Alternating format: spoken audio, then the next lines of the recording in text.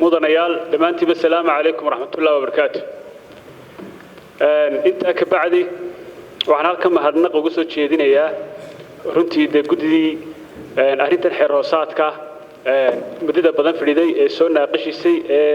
وقت بدن قاعتي وأنا رنتي وهم هاد علينا يا وحكلو رنتي مهمة قالهان هرتي نفهمه حراسات كني معنيه سوء حويان دي جودهنا إنك أسكت دقينا وحي قالها كبحسين شغلكم اللي لكن وحي إن جودهنا أسكت دقينا إنه كردحية حير إنه نقول لها إنك الدبر لها سادرادين إن أينو وقاد وقفير سنه أو أينو قدم أدل استاجنه سي أينو شرين تي قد حدا وقرنه أو أينو قد واحد حلقة أينو وقت قادنه كنت واسوي شيء له أنو ما دام هذا لابد يعيشوا قدام بيسي الآخر سنة كو وحان كنتي أن سوق هذا يا قضب كل حاد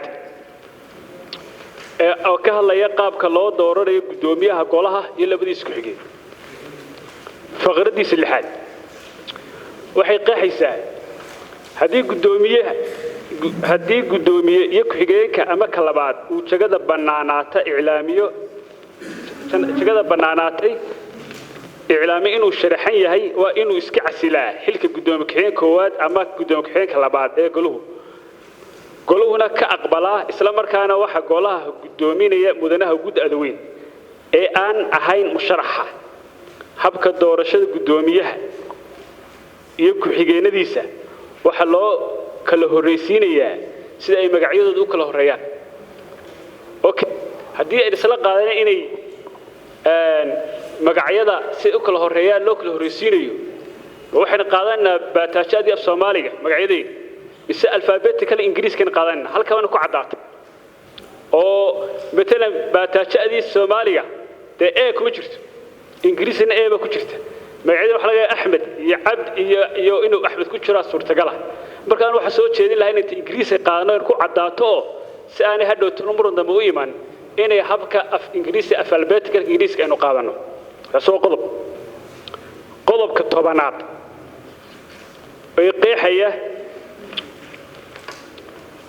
xilwaayida gudoomiyaha iyo ku-xigeenadiisa halkan gudaha waxay soo jeedisay in gudoomiyaha uu xilka ku waayi karo tuted oo u dhigata 5 iyo 50 mudane ku-xigeenadiisna siyaasi lamida baa la keenay idan in laga dhigo dastuurkeena qaran qodobka 6 wuxuu qeexayaa in madaxweynaha maamuska xayuumta marka lagu sameeyo oo ku cod aqlabiyad ah amba absolute majority ah uu ku waayi karo dunida baarlamaanada marka eegtid Ingiriiska eeg Mareykanka eeg Kenya inagu dhow eeg speakerku wuxuu ku waayi karaa simple majority ay ku ay kara xilka amba codka laga qaaday marka codeynta ballatirinayo marka de habka codeynta u dhacayso simple majority codka laga qaaday kara inaguna dunida ka midnahay miyaad ka fadilantii madaxweynaha qaranka oo absolute majority xilka laga qaaday karayo dunida kale baarlamaanka ma ka fadilantii maxaa halkan Twitter lagu soo qoray ana waxa soo jeedin lahaa in absolute majority laga qaado shirgudoonka codeynta laga qaado oo qodobka halka Twitter-ka laga saaro oo absolute majority laga qaado laga dhigo si golagu u noqdo golo la isku wada hal de muxuu ahaayee doodihiisa loo dhigeysan karo qodobka 16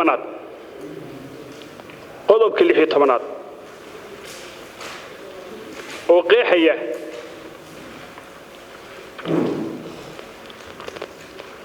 ka xaadirida fadhiyada golaha mudanayaa waxaan ognahay waajibaad qaran bayna saaran waxaan xilka u qaadnay in ummad u shaqeyno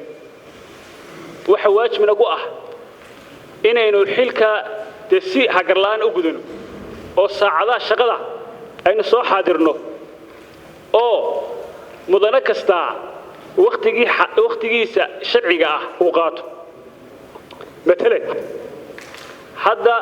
قضب كالحي تمناد فقردي سلامات وحي قيحيسا ساعدا شقada ee golaha wakiiladu waxay noqonayaan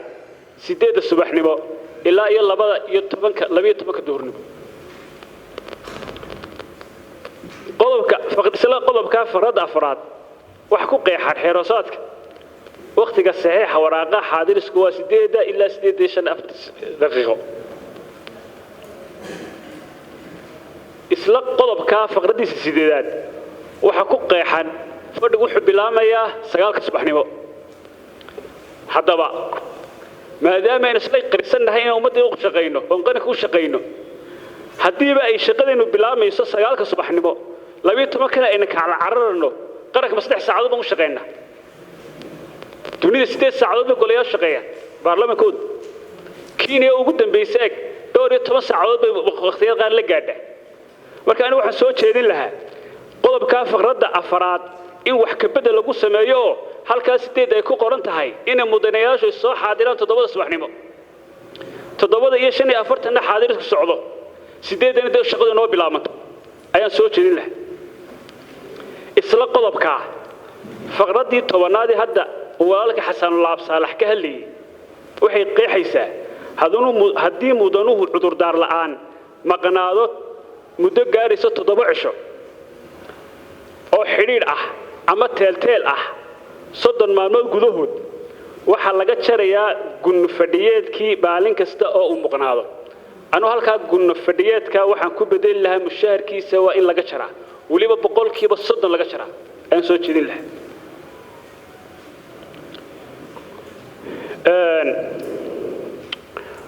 waxa uu soo noqonayaa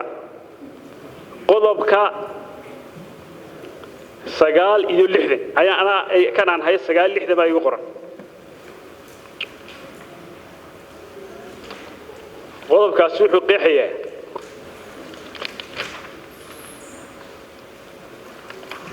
wax ka bedelka xeer hoosaadka golaha wakiilada mudanaya waxaan ogsoonahay inuu goluhu yeelan doono gudiyaan halkana waxa ku qeexan xeer hoosaadka wax ku qoran 4 qodob waxaan la qabaa xildhibaan ku cadeeye oo haddaad eegtaan qodobka wax ka bedelka xeer hoosaadka 1 iyo 2 iyo qodobka afraad waa si contradiction isku hor imanaya aan waxa soo jeedin lahaa ila gudi xeer hoosaadka wixii golaha lagu hagay waxa naga wada dhaxeeyo weeyaan in gudida joogtada oo kaliya awood loo siiyo inay wax ka bedelka soo jeediso kama fadlan xildhibaanada kale marka taa waxaan la qabaa soo jeedintii hore ahayd in qodobka 1 iyo 2 laga saaro wax ka bedelka xeer hoosaadka lagu daayo in goloweynuhu 1/3 uu soo jeedin karo ugu dambeyn waxa ku soo urun lahaa goluhu waan jecelahay aan soo jeeday in lagu soo daro xeer hoosaadkeena miisaaniyad buu leeyahay miisaaniyadda qaranka waxaan ognahay in la diyaariyo golayaashu diyaariyaan wasaaradda maaliyadda diyaariso la soo hufo la soo kala haadiyo boorasada sharci ay marto anu waxaan soo jeedin lahaa miisaaniyadda golaha wakiiladu waa inay xeer hoosaadkeena ku cadaataa qodobna noqotaa habka loo diyaarinayo sida loo raacayo iyo xisaabta ku jirta si aynu biri ka maalin goluhu laftigiisu iskula xisaabtano waxaan kaloo soo jeedinayaa qodobka 4 ee habka qodobka 5 ee shuruudaha magacaabista xokayaha iyo ku-xigeenka xokayaha guud ee halka inagu qoran ee markii dhow gudoomiye aad tiri dig baan u soo sheegay xeero gudida joogtada ka soo naaqashaysa in lagu soo daro xeer hoosaadkeena shuruudaha hadda inagu qoran ee faraha badan ee ay ka mid tahay in qofka xokayaha guud noqonaya golaha muddo shaqaaliis ka tirsanaa 5 sano ugu dambeysay haddii xokaye kasta oo la magacaabay dusha laga keeno oo shaqadii suu la qabsanaya amba matalan xokayaasha la magacaabay ee qaar banaanka laga qaatay ay noqdaan haddaani shaqadii iyo golihii iyo habsocodkiisii aanu qof fahansanayn taana waxaan oran lahaa qodobka 5 aynu sidiisa u soo qaadan oo qofka xogeeyaa guud noqon doona ee aan banaanka ka imane uu noqdaa qof ka tirsan shaqaale weynaha golaha oo aqoontii iyo khibradii iyo waarnimadii uu soo dhaxlay golaha ku hay kara. Assalaamu calaykum.